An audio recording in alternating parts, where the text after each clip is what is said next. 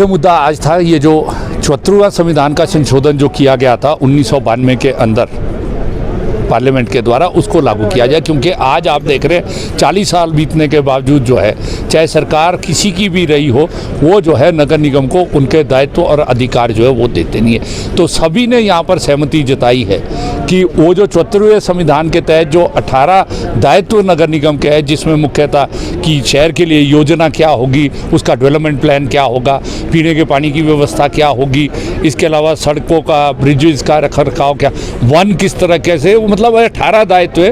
वो उनमें से एक भी दायित्व जैसे हेल्थ सर्विसेज है, हॉस्पिटल है, दूसरा जो है ये सारा जो है ये दायित्व नगर निगम का है। परंतु राज्य सरकार जिस भी मर्जी पार्टी की रही हो, उन्होंने ये दायित्व दिए नहीं। तो आज सर्वसम्मति से सभी जो पूर्व महापौर है, किसी भी दल से संबंधित थे, उप महापौर थे, उन्होंने कहा है कि ये लागू होना चाहिए। दूसरा था जो यहाँ पर मुख्य मुद्दा था कि भाई किस तरीके से हम जो है संसाधनों की जो कमी है, तो हमने उसमें सुझाव दिया कि नगर निगम शिमला देश के पुरानी नगर निगमों में से ऐसी है, इसके पास संसाधनों की कमी नहीं है, क्योंकि बहुत सा बड़ा हिस्सा जो शहर के अंदर और शहर के इर्द गिर्द जो प्रॉपर्टीज़ है वो नगर निगम की है। तो इनका जो है सही रूप से दोहन करे तो नहीं, यहाँ पर कोई कमी नहीं होगी। तो इसको लेकर हमने सुझाव दिया है, जिस तरीके से सब्जी मंडी का जो ग्राउंड है करीब 2 हेक्टेयर जगह है, 25 बीघा के, यहाँ पर कॉम्प्लेक्स करे। जो स्मार्ट सिटी के अंदर प्रावधान किया गया था गंज बाजार को रीडेवलप करने का, सब्जी मंडी को रीडेवलप करने का, वो कार्य जो है पिछली सरकार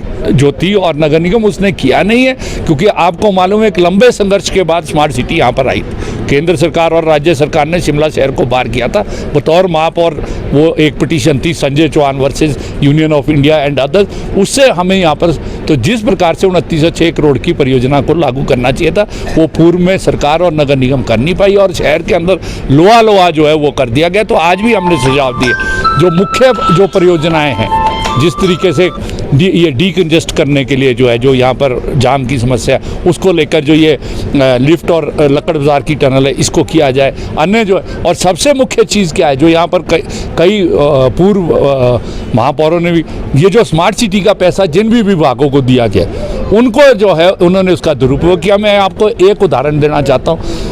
जो ये पैन सिटी उसके अंदर जो पार्ट था, जो डेवलपमेंट होनी थी, जो आईसीटी के तहत ये ट्रैफिक को मैनेजमेंट करने के लिए जो सीसीटीवी कैमरा जो था, जिसमें आईटीएस, जिसको इंटीग्रेटेड ट्रैफिक मैनेजमेंट सिस्टम कहते, तो उसको लेकर पुलिस विभाग को करीब 4 करोड़ रुपया जो है वो स्मार्ट सिटी, कोई टेंडर नहीं हुआ सीसीटीवी कैमरा का, कोई भी रेट कॉन्ट्रैक्ट नहीं हुआ और वो लगाया गया। हमने मांग की है कि यहाँ पर जो है वो उसकी जाँच होनी चाहिए। और इसके अलावा जिस तरीके से ये टाउन हॉल का जो मुख्य हिस्सा जो निजी हाथों में दिया पूर्व नगर निगम और सरकार ने, ये बिल्कुल कानून के अनुसार नहीं है, क्योंकि मालिक इसका नगर निगम है और रेवेन्यू पेपर के अंदर दर्ज है कि ये गैर मुमकिन कार्य है, तो ये भी वापस होना चाहिए। तो ये सकारात्मक पहल है, आने वाले समय में और भी होगा।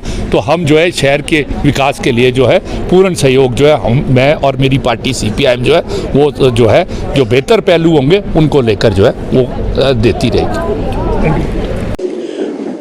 जी हाँ, देखिए आज हमने पूर्व में रहे महापौर और उप महापौर का एक अधिवेशन एक दिन का रखा था। उसका एक हमने सुझाव मांगे थे कि किस तरह से नगर निगम में कार्य होना चाहिए, शिमला की बेहतरी के लिए, उसकी डेवलपमेंट के लिए, उसकी इनकम बढ़ाने के लिए। और एक एजेंडा दिया था हमने जिसमें 74th अमेंडमेंट और सोर्स ऑफ इनकम और आपका किस तरह से आगे शिमला को और आगे कार्य होना चाहिए, सब पे हमारी गंभीर चर्चा हुई। सभी लोगों ने अपने अपने सुझाव भी रखे और इसमें लगभग सभी मेयर और डिप्टी मेयर आए। एक हमारे दुर्गा सिंह वर्मा जी थे, वो बाहर के देश में ऑस्ट्रेलिया गए हुए हैं, लेकिन बावजूद उसकी इस मीटिंग की गंभीरता का इस चीज़ से पता लगता है कि वो उन्होंने मुझे सवेरे कॉल भी आया उनका और उन्होंने साथ में ही व्हाट्सएप के थ्रू मुझे रिटर्न में अपनी सुझाव भी दिए। जो उन्होंने मुझे कहा कि मैं आज नहीं आ पाऊँगा, मैं बाहर हूँ। और माननीय हमारे शिमला के विधायक है हरी जनार्था जी, वो अपने देव कार्य था उनके घर पे, वो 8 तारीख को तक नहीं आ पा रहे थे। बाकी सभी लोगों ने, हमारे एक्स मेयर और डिप्टी मेयर, सभी ने इसमें चर्चा में भाग भी लिया और बड़ी सार्थक और बड़ी खुले मन से की हुई एक चर्चा थी, जिसको लेकर के हमने 74th अमेंडमेंट के बारे में भी और अपनी जो शक्तियां हैं नगर निगम को और लोकल अर्बन बॉडीज़ को मिलनी चाहिए। सरकार की कुछ बातें सरकार के समक्ष भी लाने की बात कही गई और हमारे जो इनकम सोर्स है वो कैसे बढ़ना चाहिए उसके बारे में हमसे चर्चा की गई।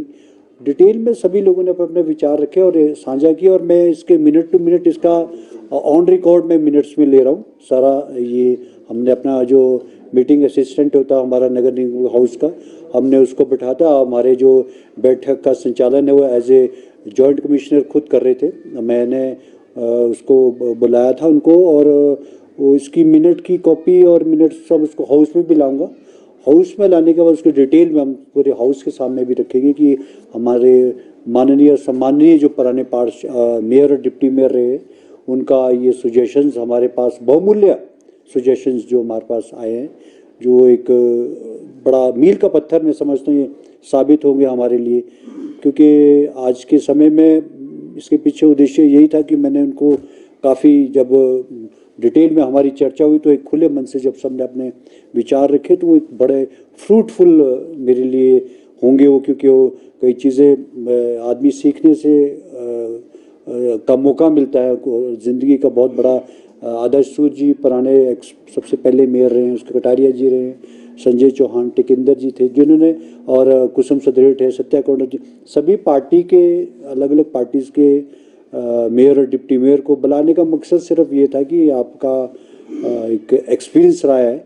हमने इसके पीछे मेरी मंशा यही थी कि हम एक सामूहिक रूप से इकट्ठा एक प्लेटफॉर्म पे इकट्ठे होके सारे शिमला के बारे में, शिमला का गौरव में इतिहास रहा है जो पूरे विश्व में शिमला को नगरी को जाना जाता है, तो सारी चर्चा की गई और इसका बड़ा सार्थक परिणाम आएंगे ऐसा मैं समझता हूँ। देखिए सोर्स ऑफ इनकम की बात भी हमारे पास है। उन्होंने कहा कि सोर्स ऑफ इनकम नगर निगम के पास हमारी अपनी बहुत प्रॉपर्टीज़ है, उन प्रॉपर्टीज़ को आइडेंटिफाई करने की बहुत ज़रूरत है। जो सबसे बड़ा इशू था कि जो हमारी पार्किंग्स और ये बन रहे हैं उसको हम जो आपका स्मार्ट सिटी के अंडर जो हमारे प्रोजेक्ट्स बन रहे हैं उनकी वर्किंग बहुत स्लो है, वो काम नहीं उसका भी बढ़ाना चाहिए। और जो आपके पास जो मेरे ध्यान में ये लाया कि शिमला में सबसे ज़्यादा अपनी प्रॉपर्टीज़ है ऑल ओवर इंडिया में, जो कहते हैं कि ऐसा डाटा मेरे पास ऐसा तो नहीं है लेकिन काफ़ी जगह हमारे पास नगर निगम की है। और सबलेटिंग की एक प्रॉब्लम है, जो प्रॉपर्टीज़ लोगों के पास दी गई है वो आगे से आगे सबलेटिंग होती है। ब्लड रिलेशन में तक तो सीमित है लेकिन आगे से आगे बेची जाती है, जो एक बड़ी समस्या है। इसके अलावा नगर निगम में टाउन हॉल की बात की गई, जो हमारा एक विषय था कि हमारे पास अपना मीटिंग हॉल नहीं है, उसको लेकर भी काफ़ी गंभीर चर्चा सभी कई मेयर, पूर्व मेयर, पार्षद मेयर और उप महापौर ने रखी। तो उसमें रखा कि हमारा टाउन हॉल जहाँ पर मीटिंग हॉल है हमारा अपना होना चाहिए। ये भी हमने संज्ञान में लाया, लेकिन इसको भी हम सरकार के समक्ष भी और लीगली भी लड़ेंगे अगर जहाँ तक लीगली लड़ना है। तो और ग्रीन टैक्स की बात की गई, ग्रीन फीस कैसे लगनी चाहिए, ग्रीन का किस तरह से होना चाहिए, और रिफॉर्म्स में हमारे जो ऑफिस जो कमिश्नर और जॉइंट कमिश्नर और दूसरा स्टाफ होता है उसका स्टेट कैडर होना चाहिए हमारा, ताकि वो एक हमारा सिस्टम क्या है यहाँ पे मतलब वो एक पेरेंटल डिपार्टमेंट उनका कोई और होता है, तो वो एक टाइम पास से एक कलेक्टिवली वैसा वर्क नहीं कर पाते जैसा उनको करना चाहिए। अगर एक स्थायी पॉलिसी ऐसी बने कि वो एक यहाँ पर ही बैठे ताकि उन कार्य को किया जा सके, क्योंकि एक जब तक उसको काम करने लगता है उसकी कहीं ना कहीं उसकी तबादला हो जाता है, सरकारें आने और जाने से भी बड़ा फ़र्क पड़ता है। तो मैंने एक ये इस चीज़ को जब कोई सरकार चेंज होती है तो वो पूरा सिस्टम चेंज हो जाएगा, उसका ऑफिसर चेंज हो जाएंगे कि अब सरकार बदल गई है तो ये ऐसा हो गया। मैं इसके विपरीत मानता हूँ, लेकिन ऑफिसर्स तो वही है, काम तो उन्होंने ही करना है, लेकिन आपका काम करने का लेने का स्टाइल क्या है उसका बहुत डिपेंड करता है।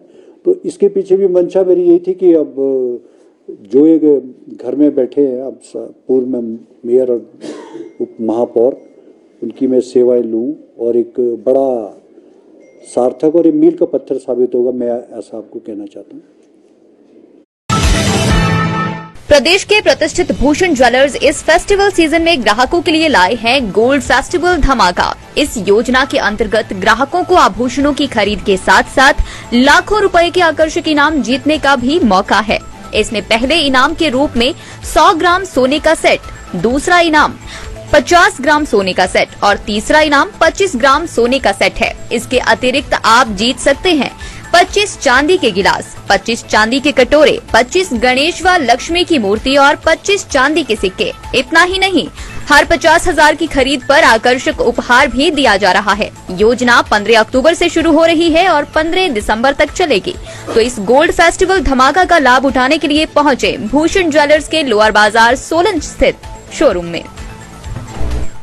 यार ऋतु, आज शॉपिंग करते हैं, पर कहां से करेंगे? मुकेश ट्रेडिंग कॉर्पोरेशन में वैरायटी इतनी कि तुम्हारा दिल झूम उठेगा।